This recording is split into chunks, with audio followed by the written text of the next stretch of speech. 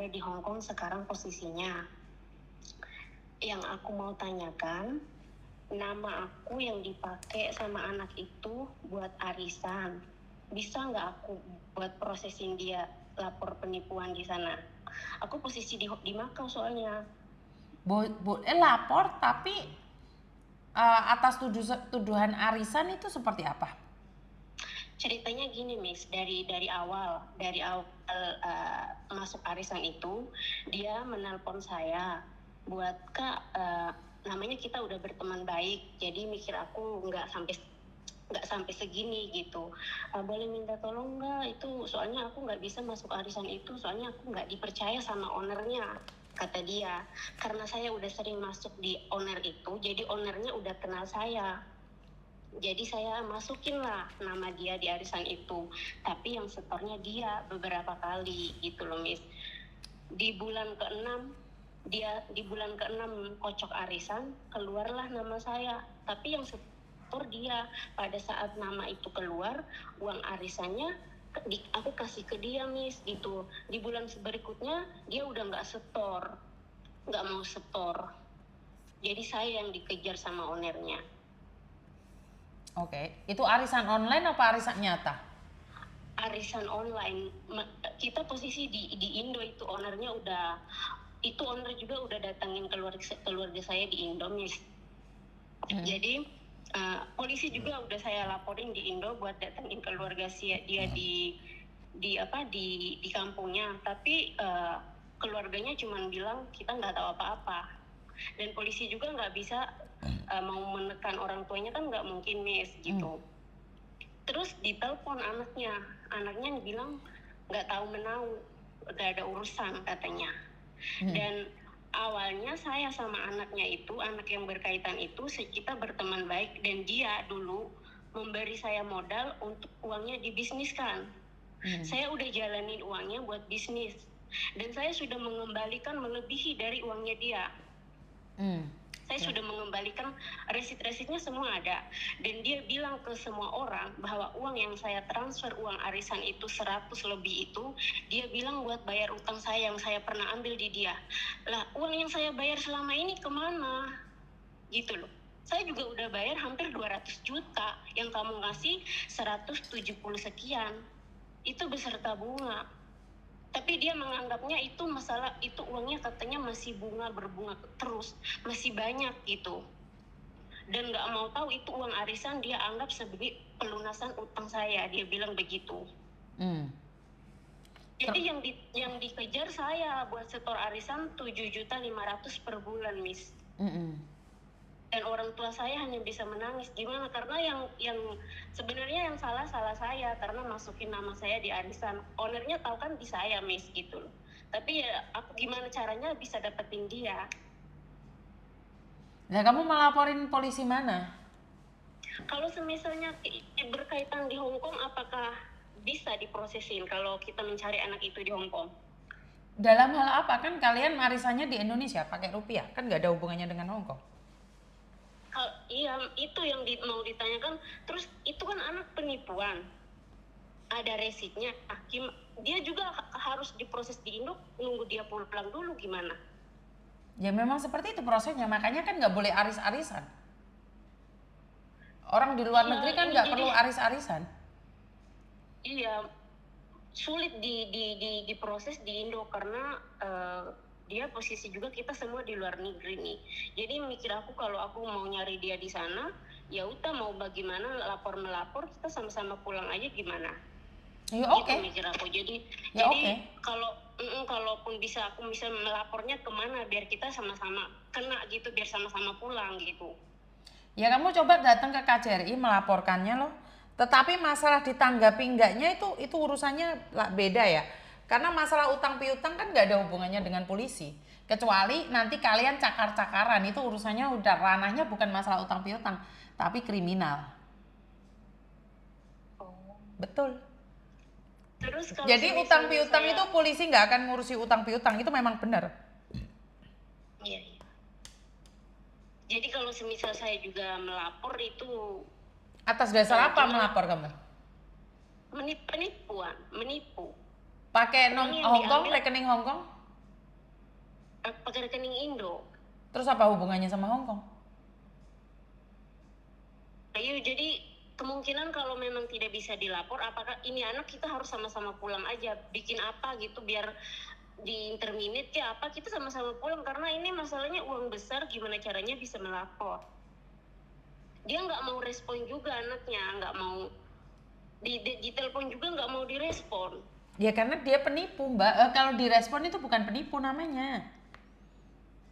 Jadi kalau semisalnya kita mencari dia dan bikin gimana caranya juga dia bisa buka suara, bagaimana solusinya gitu loh. Nggak tahu aku Mbak. Kalau masalah utang piutang itu saya nggak mau ikut campur. Karena utang piutang itu tidak ada hubungannya dengan polisi. Tapi kalau kalian bertengkar jambak-jambakan cakar-cakaran itu baru berakhir di kriminal. Karena sudah beda jalur. Jadi kalau pingin masuk polisi, kalian pingin dua-duanya hancur, ya kalian tadi cakar-cakaran kayak yang kemarin itu jadi heboh. Iya. Ya memang kalau tapi ya konsekuensinya kamu di blacklist, dia juga di blacklist dari Hong Kong. Sudah siap dengan seperti itu?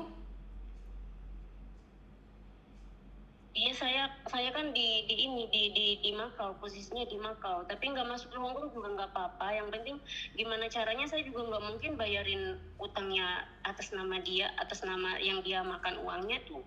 Itu yang Tapi masalahnya kalau kamu sudah cakar-cakaran, kamu nggak bisa keluar dari Hong Kong sayang. mesti harus pulang lewat dari Hong Kong. Ya enggak, ya kamu harus selesai kasus dulu baru keluar dari Hong Kong. Kalau sampai ada urusan kriminal itu bertengkar, itu akan panjang kali lebar urusannya, bukan bertengkar terus habis itu kalian dipulangkan, enggak. Di Hong Kong itu panjang. Ya maka dari itu solusinya kalau menurut pendapat saya, ya selain ikhlaskan nggak ada lagi. Selain nggak ikhlaskan nggak ada lagi, karena masalah itu kan masalahnya sudah uang dan ranahnya ke Indonesia. Karena itu kan saya sudah bilang nggak usah bisnis telek-telekan, nggak usah arisan telek-telekan, karena ujung-ujungnya ditipu. Ditipu, ujung-ujungnya tetap kamu ditipu. Iya, itu soalnya kalau nggak pakai nama aku ya orang mah nggak nagih di aku malah udah gitu dapat uang arisannya juga pakai rekening aku, jadi orang mah nuntut di aku, sedangkan aku ngasihnya ke dia gitu. Ya, nah arisan atas namamu yang bertanggung jawab kamu kasihkan uangnya ke orang lain, berarti kan kamu ketipu. Iya. Ya kenapa kamu kasihkan uang itu atas namamu sendiri? Kan lucunya di situ. Iya. Iya kan? Iya, Miss, iya. Seandainya kamu nggak ngasih kan aman kok, nggak ada masalah. Tapi salahnya kenapa kamu kasihkan? Ya karena saya mikirnya karena dia yang setor, saya hanya nama, dia yang setor, dia yang punya, jadi setelah dapat ya saya kasih ke dia. Tapi setelah itu namamu. Iya. Setelah itu siapa yang bertanggung jawab? Ya kamu. Iya, Miss. Iya kan? Iya, Miss. Jadi memang seperti itu, cara-cara penipuannya memang seperti itu. Jangan terlalu percaya sama temen. Kenapa Miss Yuni ngelarang kalian percaya sama temen dalam bentuk apapun, dalam hal apapun? Kenapa aris-arisan sih? Kenapa nggak ditabung aja sih? Ditabung uangmu kan aman dari godaan setan yang terkutuk. Bener nggak sih? Kenapa harus aris-arisan? Bener nggak? Secara logika kenapa harus arisan? Jadi susah banget mau ngurus dari Iya, karena dia udah dengan sengaja menipu kamu. Ngerti nggak? Dia tuh sudah di planning untuk menipu kamu. Dia tujuannya adalah untuk menipu. Iya apa nah? Iya, Miss, iya. Ya nggak ada caranya. Dan kamu kalau nuntut, kamu pulang, kamu kehilangan pekerjaan ini. Apa nggak lebih hancur? Uang belum tentu bisa diminta, kamu udah nggak bisa kerja, iya kan? Iya. Ya udah ikhlaskan, kerja lagi dan jangan sampai ditipu lagi. Wes ora bakal keluar uangmu itu, nggak bakalan keluar. Udah nggak bakalan keluar uangmu itu. Memang kamu itu direncanakan untuk ditipu, karena itu jangan percaya dengan imbalan. Nggak dapat imbalan, malah kamu dapat utang. Iya, Miss. Iya kan? Iya. Ya rugi no kamu itu, nggak dapat apa-apa sayang. Iya, Miss. Mm-mm. Ada yang lain lagi? Udah, Miss. Udah, yang penting udah tahu itu bagaimana Mm-mm. prosesnya, udah paham, Miss. Makasih banyak, Miss. Udah Sukses kerja di jelasin. Mako baik-baik ya sayangnya. Iya, Miss. Makasih Yo, banyak, I love Miss. you. Ya. Ya memang pada faktanya sekarang ini banyak orang jahat. Kenapa sih sekalian itu gini loh, banyak orang yang sangat membenci saya. Bagaimanapun caranya mereka itu cari cara agar saya itu mengedukasi kalian tidak masuk di otak kalian. Kenapa? Ya dengan cara menghina saya, memaki-maki saya. Akhirnya kan kalian tidak percaya dengan edukasi saya. Karena mereka tujuannya itu masuk di ruang hati kalian yang sedang sahdu. Dan mengatakan, oh kita kan bestie, kita kan teman baik, kita kan ini, kan itu, kan itu.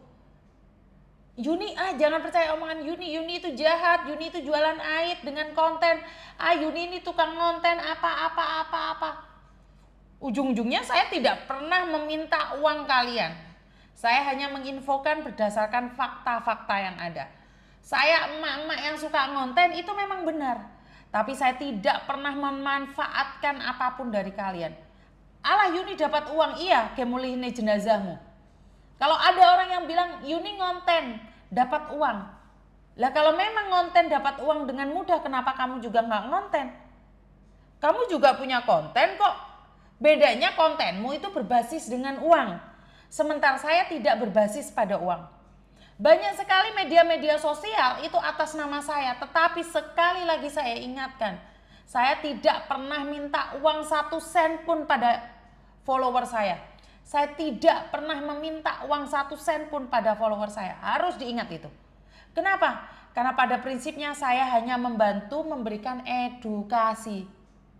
Mau konten, but way aku nggak iso ngonten apa, ya maka dari itu. Kalian juga bisa kok nerima curhatan kayak saya ini di konten juga bisa. Saya rasa juga nggak ada masalah. Ngonten tinggal ngonten, nyatanya Miss Yuni jadi ngonten. Ya kalian buka curhatan juga. Kalian bisa niru kan, banyak kan sekarang orang yang ngangkat telepon curhat-curhat.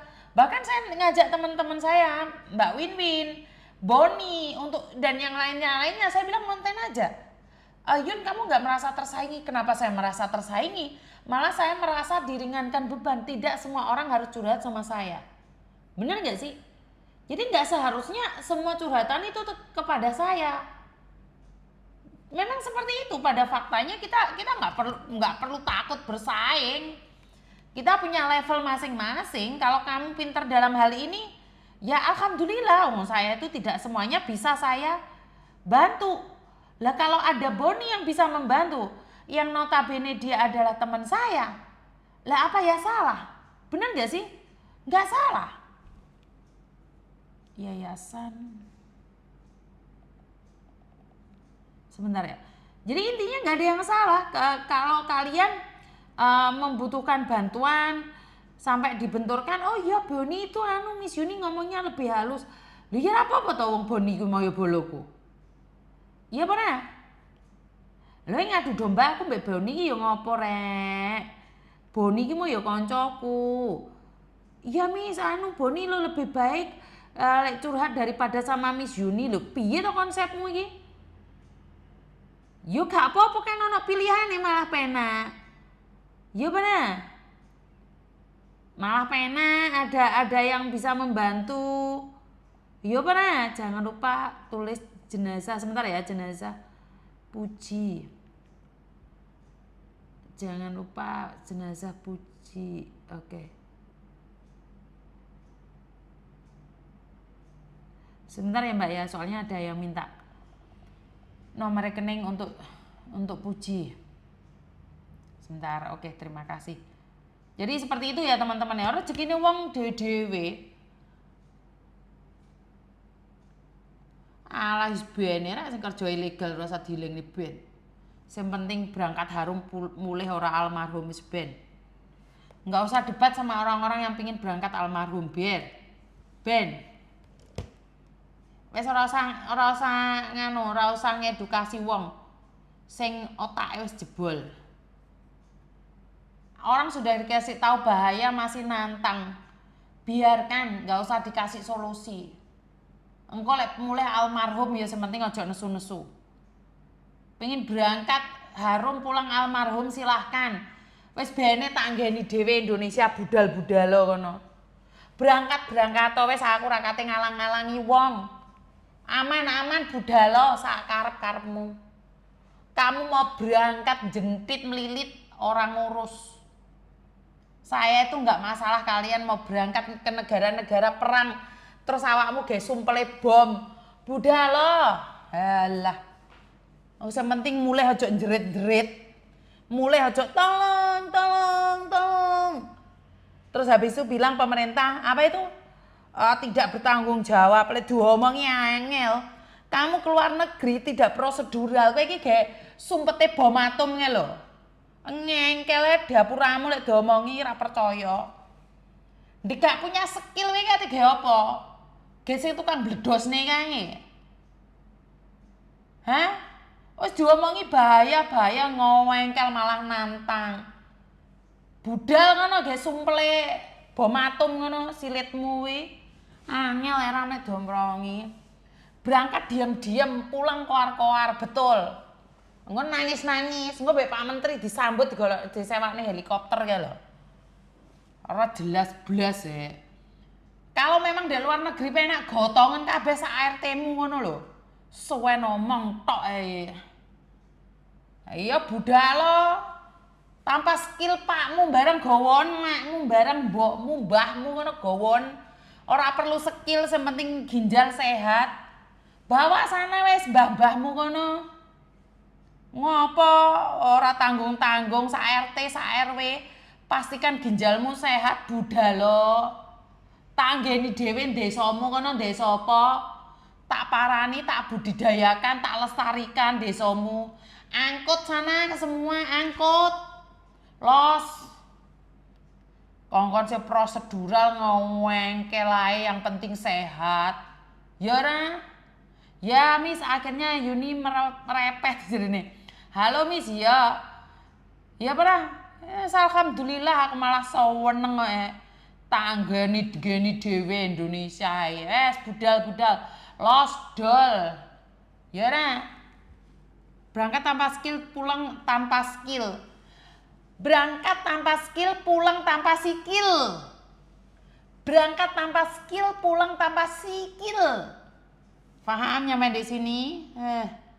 Ora percaya budalo. Apa saya ngombe aku rek?